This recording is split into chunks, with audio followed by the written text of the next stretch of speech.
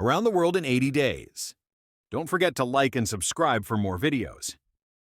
Chapter 8, in which Passepartout talks rather more, perhaps, than his prudent Fix soon rejoined Passepartout, who was lounging and looking about on the quay, as if he did not feel that he, at least, was obliged not to see anything. "Well, my friend," said the detective, coming up with him, "is your passport visaed?" "Ah, it's you, is it, monsieur?" responded Passepartout. "Thanks. Yes, the passport is all right." "And you are looking about you?" "Yes, but we travel so fast that I seem to be journeying in a dream. So this is Suez?" "Yes." "In Egypt?" "Certainly, in Egypt." "And in Africa?" "In Africa." "In Africa," repeated Passepartout. "Just think, monsieur, I had no idea that we should go farther than Paris, and all that I saw of Paris was between 20 minutes past 7 and 20 minutes before 9 in the morning, between the Northern and the Lion stations, through the windows of a car, and in a driving rain. How I regret not having seen once more Père Lachaise and the circus in the Champs-Élysées." "You are in a great hurry, then?" "I am not, but my master is. By the way, I must buy some shoes and shirts. We came away without trunks, only with a carpet-bag. I will show you an excellent shop for getting what you want." "Really, monsieur? You are very kind." And they walked off together, Passepartout chatting volubly as they went along. "Above all," said he, "don't let me lose the steamer." "You have plenty of time. It's only 12 o'clock." Passepartout pulled out his big watch. "12!" he exclaimed. "Why, it's only 8 minutes before 10. "Your watch is slow." "My watch? A family watch, monsieur, which has come down from my great-grandfather. It doesn't vary 5 minutes in the year. It's a perfect chronometer, look you." "I see how it is," said Fix. "You have kept London time, which is 2 hours behind that of Suez. You ought to regulate your watch at noon in each count. I regulate my watch. Never. Well then, it will not agree with the sun. So much the worse for the sun, monsieur. The sun will be wrong then." And the worthy fellow returned the watch to its fob with a defiant gesture. After a few minutes' silence, Fix resumed. "You left London hastily, then?" "I rather think so. Last Friday at 8 o'clock in the evening, Monsieur Fogg came home from his club, and 3/4 of an hour afterwards we were off." "But where is your master going?" "Always straight ahead. He is going round the world." "Round the world?" cried Fix. "Yes, and in 80 days. He says it is on a wager, but between us, I don't believe a word of it. That wouldn't be common sense. There's something else in the wind. Ah, Mr. Fogg is a character, is he? I should say he was. Is he rich? No doubt, for he is carrying an enormous sum in brand-new banknotes with him. And he doesn't spare the Mongay on the way, either. He has offered a large reward to the engineer of the Mongolia if he gets us to Bombay well in advance of time. And you have known your master a long time?" "Why, no. I entered his service the very day we left London." The effect of these replies upon the already suspicious and excited detective may be imagined. The hasty departure from London soon after the robbery, the large sum carried by Mr. Fogg, his eagerness to reach distant countries, the pretext of an eccentric and foolhardy bet, all confirmed Fix in his theory. He continued to pump poor Passepartout, and learned that he really knew little or nothing of his master, who lived a solitary existence in London, was said to be rich, though no one knew whence came his riches, and was mysterious and impenetrable in his affairs and habits. Fix felt sure that Phileas Fogg would not land at Suez, but was really going on to Bombay. "Is Bombay far from here?" asked Passepartout. "Pretty far. It is a 10 days' voyage by sea." "And in what country is Bombay?" "India? In Asia?" "Certainly." "The deuce. I was going to tell you there's one thing that worries me. My burner." "What burner?" "My gas burner, which I forgot to turn off, and which is at this moment burning at my expense. I have calculated, monsieur, that I lose 2 shillings every 24 hours, exactly 6 pence more than I earn, and you will understand that the longer our journey—" Did Fix pay any attention to Passepartout's trouble about the gas? It is not probable. He was not listening, but was cogitating a project. Passepartout and he had now reached the shop, where Fix left his companion to make his purchases, after recommending him not to miss the steamer, and hurried back to the consulate. Now that he was fully convinced, Fix had quite recovered his equanimity. "Consul," said he, "I have no longer any doubt. I have spotted my man. He passes himself off as an odd stick who is going round the world in 80 days. "Then he's a sharp fellow," returned the consul, "and counts on returning to London after putting the police of the two countries off his track." "We'll see about that," replied Fix. "But are you not mistaken?" "I am not mistaken." Why was this robber so anxious to prove by the visa that he had passed through Suez? Why? I have no idea. But listen to me. He reported in a few words the most important parts of his conversation with Passepartout. "In short," said the consul, "appearances are wholly against this man. And what are you going to do? Send a dispatch to London for a warrant of arrest to be dispatched instantly to Bombay. Take passage on board the Mongolia, follow my rogue to India, and there, on English ground, arrest him politely, with my warrant in my hand and my hand on his shoulder." Having uttered these words with a cool, careless air, the detective took leave of the consul and repaired to the telegraph office, whence he sent the dispatch which we have seen to the London police office.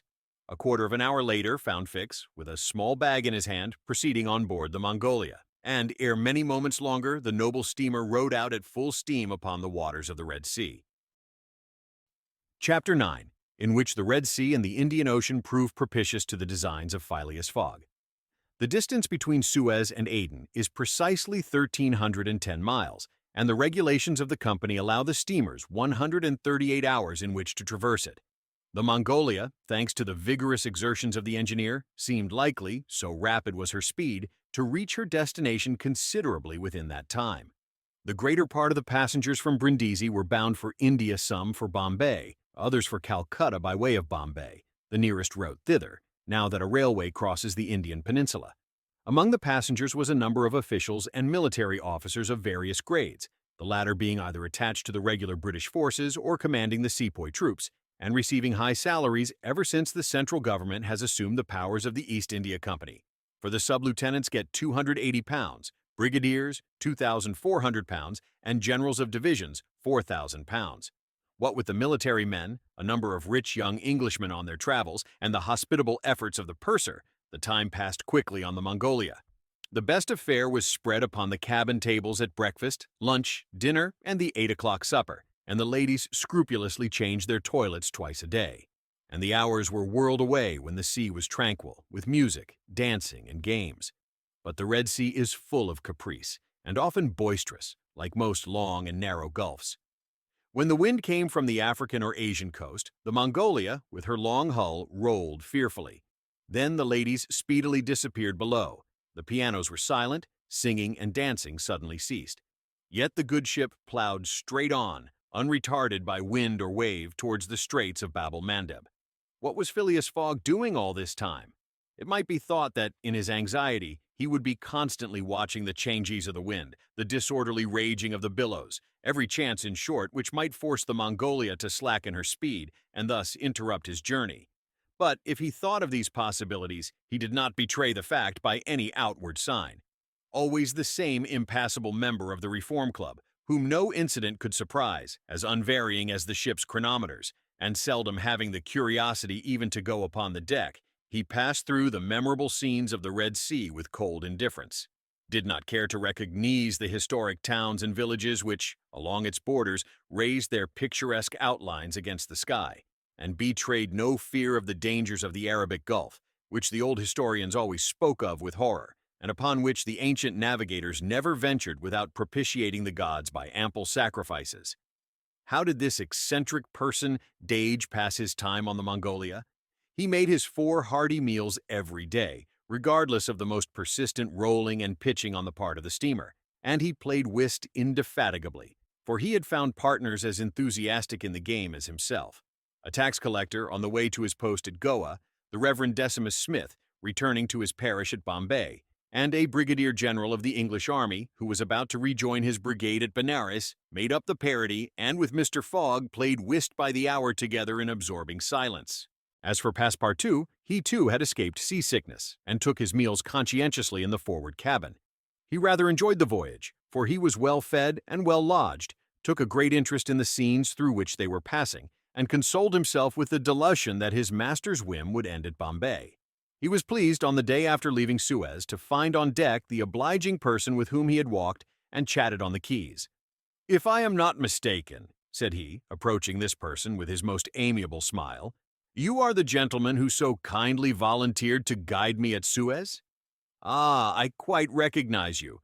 You are the servant of the strange Englishman. Just so, monsieur. Fix. Monsieur Fix, resumed Passepartout. I'm charmed to find you on board.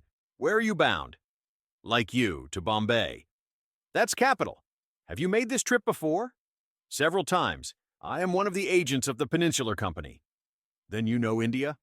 Why, yes, replied Fix, who spoke cautiously. A curious place, this India?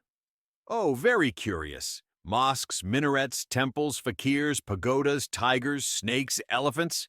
I hope you will have ample time to see the sights. I hope so, Monsieur Fix. You see, a man of sound sense ought not to spend his life jumping from a steamer upon a railway train, and from a railway train upon a steamer again, pretending to make the tour of the world in 80 days. No, all these gymnastics, you may be sure, will cease at Bombay. And Mr. Fogg is getting on well? Asked Fix, in the most natural tone in the world. Quite well, and I too. I eat like a famished ogre. It's the sea air. But I never see your master on deck. Never. He hasn't the least curiosity. Do you know, Mr. Passepartout, that this pretended tour in 80 days may conceal some secret errand? Perhaps a diplomatic mission? Faith, Monsieur Fix, I assure you I know nothing about it, nor would I give half a crown to find out. After this meeting, Passepartout and Fix got into the habit of chatting together, the latter making it a point to gain the worthy man's confidence. He frequently offered him a glass of whiskey or pale ale in the steamer barroom, which Passepartout never failed to accept with graceful alacrity, mentally pronouncing Fix the best of good fellows.